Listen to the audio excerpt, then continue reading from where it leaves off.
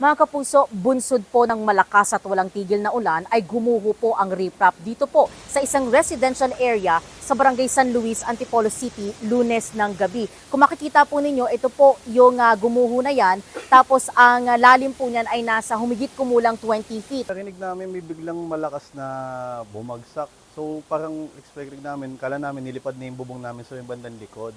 Tapos upon checking namin, napansin namin na wala na yung kabilang gate nga. Tapos doon ko lang din sinabi kay Mrs. na sabi ko wala na yung kabilang gate, gumuho. Tapos yun, so parang natakot din kami kasi nga gawa ng malapit ng inupahan namin, parang nakangamba din kami. Yun, especially po may mga dumadaan din kasing kabataan dyan. Tapos sira na rin kasi yung bandang creek eh. So ang nangyari kasi is yung pagdaloy ng tubig simula sa Cher Hills hanggang sa Patnubay, doon siya dumaan. Doon sa area na yon, first time na nangyari yon. Kaya lang kasi sobrang tagal na rin nung riprap, so kailangan na rin siyang i-repair. Kaya lang nagkataon na dito na tapat na sobrang lakas ng ulan, kaya siya gumuho. Yung galing po ma'am yung tubig, yung impact ng galing po sa taas, dito po tumama.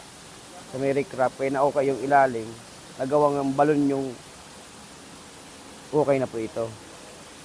Lumambot yung lupa. Lumambot po yung lupa.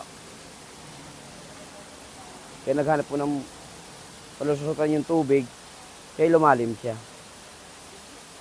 Nananatili pong sarado itong kalsadang ito na hindi po pwedeng daanan ng anumang sasakyan dahil nga may pangamba po no, sa kaligtasan ng sino mang dadaan po sa kalsadang ito.